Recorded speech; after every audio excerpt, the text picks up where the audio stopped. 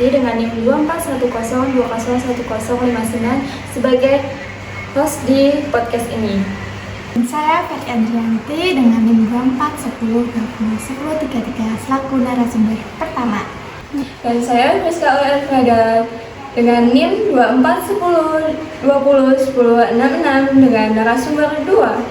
Selamat menyaksikan podcast hari ini. Selamat datang di podcast Cerita Anda.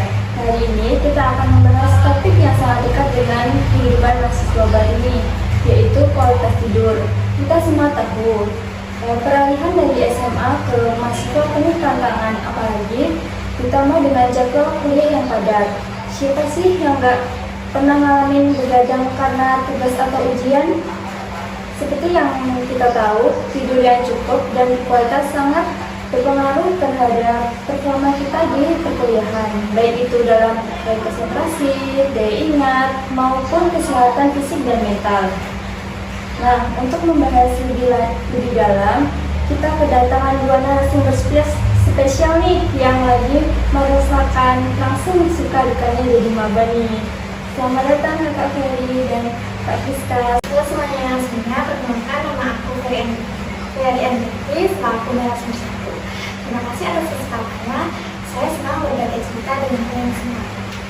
Kenalkan, nama saya Friska Elfreda dengan narasumber kedua.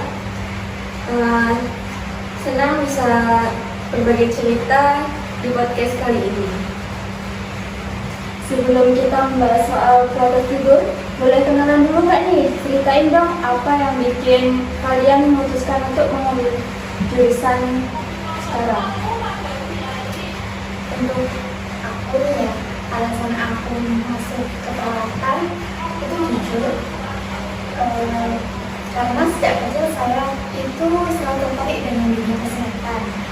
Saya sering melihat keluarga atau teman saya sedang sakit, dan di situ saya tuh ingin banget kayak merawat mereka biar cepat sembuh gitu. Dan menurut aku profesi perawat itu sangat mulia, dan profesi perawat kan dapat berinteraksi langsung kepada pasien gitu. Terus harapan saya setelah lulus itu saya akan lebih belajar lebih lanjut, mengembangkan diri, dan kemudian saya akan mengambil pendidikan yang lebih lanjut seperti mengambil keperawatan anak atau keperawatan jiwa. Untuk saya awalnya tuh saya tertarik dengan bidang sosial. Tapi setelah banyak membaca dan berbicara dengan orang-orang itu yang bekerja di bidang kesehatan, saya merasa bahwa keperawatan adalah perpaduan yang pas antara ilmu kesehatan dan kepedulian sosial. Saya berharap bisa menjadi perawat yang tidak hanya kompeten secara klinis, tetapi juga memiliki empati yang tertinggi terhadap pasien. Harapan saya ingin bisa bekerja di daerah terpencil dan memberikan pelayanan kesehatan kepada masyarakat yang kurang terjangkau. Wah, sungguh menarik ya. Sebelum membahas lebih dalam nih, apa nih definisi kualitas tidur yang baik menurut kalian? Boleh nih bagi narasumber satu nih. Menurutku ya, kualitas tidur yang baik itu ketika seorang merasa segar, berenergi, dan siap menjalani aktivitas sehari-hari setelah bangun tidur. Selain itu, tidur berkualitas juga ditandai dengan mudahnya seorang tidur. Tidur nyenyak sepanjang malam dan tidak terbangun ketika tengah malam. Menurutku juga begitu. Kualitas tidur bukan hanya tentang durasi tidur, tetapi juga tentang kedalaman tidur. Tidur berkualitas adalah ketika seseorang mengalami siklus tidur yang cukup. Oke, sekarang kita masuk ke topik utama nih. Apa sih yang paling menyulitkan kalian tentang tidur setelah menjadi maba? Apakah kalian kesulitan tidurnya seperti yang sering diceritakan orang-orang atau bagaimana? Itu ya, yang paling menyakitkan adalah ternyata sulit banget untuk tidurnya. Padahal dulu di rumah saya tuh kalau setelah melakukan aktivitas itu kalau udah masuk kamar nih ya, kalau udah ketemu kasur itu aku langsung tertidur.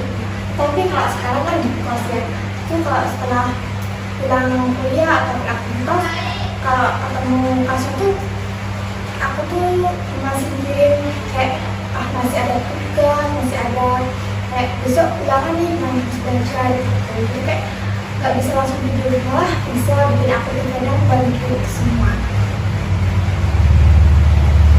Kalau saya juga mengalami hal seperti itu.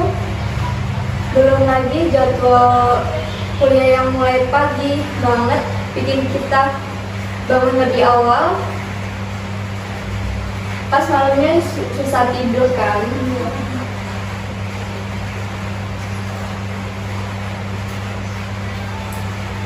Wah, ternyata memang ada perbedaan yang cukup signifikan ya. Selain beban akademik, ada hal yang membuat kalian sendiri nggak nih? Ada sih, terutama lingkungan kos yang berpengaruh. Suara-suara dari luar kamar, apalagi kalau pas lagi tidur nyenyak-nyenyaknya atau pas kita istirahat, itu bisa bikin kita langsung melek seketika atau istirahat kita jadi terganggu. Belum lagi kalau ada teman sekamar atau teman kos yang suka pulang tengah malam atau punya kebiasaan agak berisik, pasti bikin suasana kamar jadi kurang kondusif buat tidur dan istirahat. Menurutku itu sangat mengganggu orang lain dan merugikan orang lain sih. Nah, itu kita masih harus menyesuaikan diri dengan lingkungan sekitar kos maupun yang satu kos dengan kita. Karena juga itu mengalami susah tidur gara-gara suara motor lewat tengah malam, karena kosku kan modelnya perumahan. Kalau motor lewat itu kedengeran banget kan, jadi susah tidur. Memang sih lingkungan kos berpengaruh, apalagi kalau ada teman sekamar yang suka pulang malam atau punya kebiasaan yang agak berisik ya. Pasti kalau kurang kondisi buat tidur. Selain faktor eksternalnya, apakah ada faktor internal yang juga mempengaruhi kualitas tidur kalian? Stres pasti ada ya, apalagi kalau ada tugas yang deadline-nya mepet atau ujian yang sulit, hasilnya kurang memuaskan, atau kita setelah mengalami UAS kita kan harus lihat hasil ketika ya. Nah, kita bakal stres banget ketika melihat hasil ketika ya itu rendah atau jelek. Iya, ditambah lagi kita masih harus menyesuaikan diri dengan lingkungan kampus yang baru. Jadi banyak hal yang bikin kita pikiran jadi agak kurang tenang. Kurang tidur itu nggak cuma bikin kantuk ya, tapi juga bikin berdampak buruk bagi kesehatan dan prestasi ya.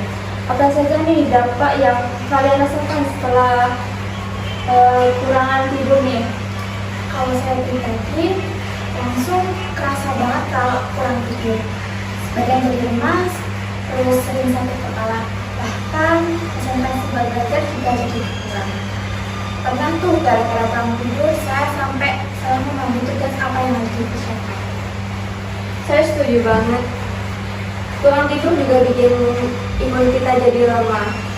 Akhirnya gampang banget sakit. Selain itu kualitas tidur yang buruk juga bisa bikin berat badan naik, karena hormon yang mengatur nafsu makan jadi kacau.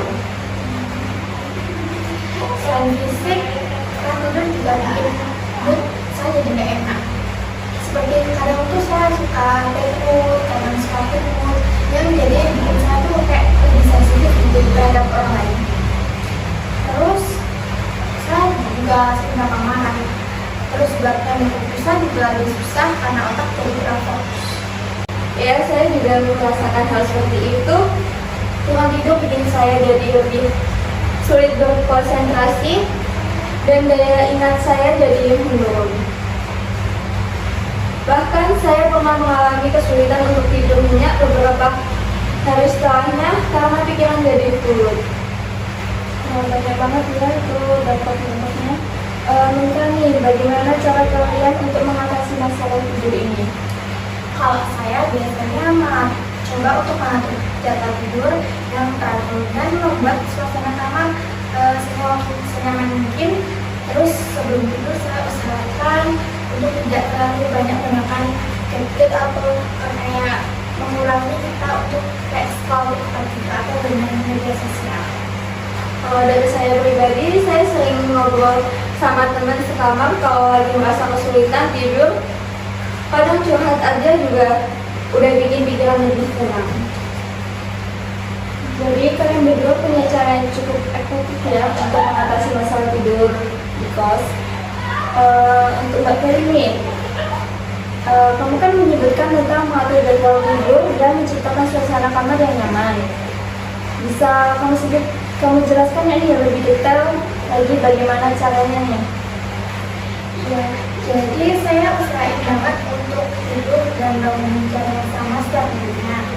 Masuk di akhir pekan. Selain itu saya juga bikin kamar senyaman mungkin dengan menggunakan lampu tidur yang teduh, spray yang lembut dan ruangan yang cukup sejuk. Terus sebelum tidur saya hindari untuk mengajak sosial media atau nonton film yang bikin deg-degan. Biasanya saya lebih suka membaca buku atau mendengarkan musik yang kayak menyenangkan gitu.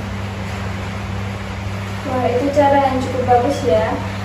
Untuk Mbak Rizka nih, kamu kan tadi menyebutkan sering ngobrol sama teman sekamar. Menurut kamu nih, kenapa ngobrol bisa membantu mengatasi masalah tidur?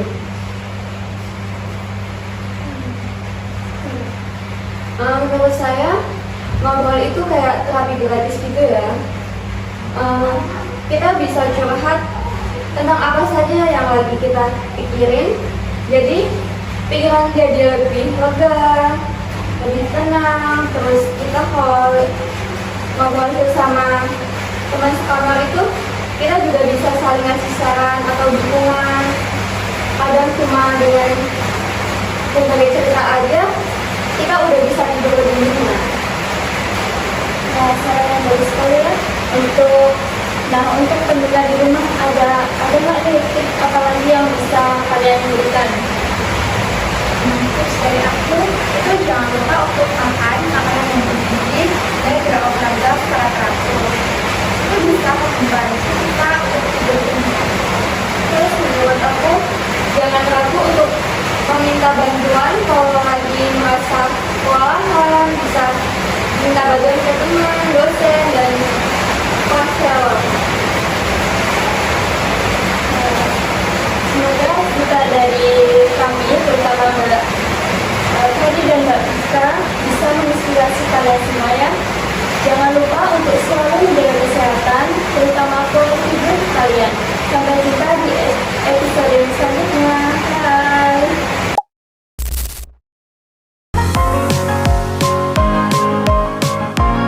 Pesan untuk pendengar, buat kalian para mahasiswa baru, jangan putus asa kalau lagi kesulitan tidur.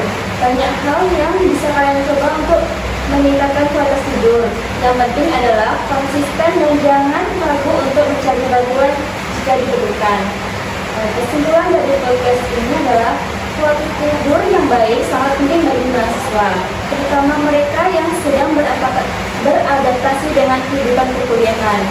Dengan menjaga pola tidur sehat, mengatur lingkungan tidur, kita bisa mendapatkan tidur yang cukup dan kualitas, sehingga kita bisa belajar dan lebih efektif dan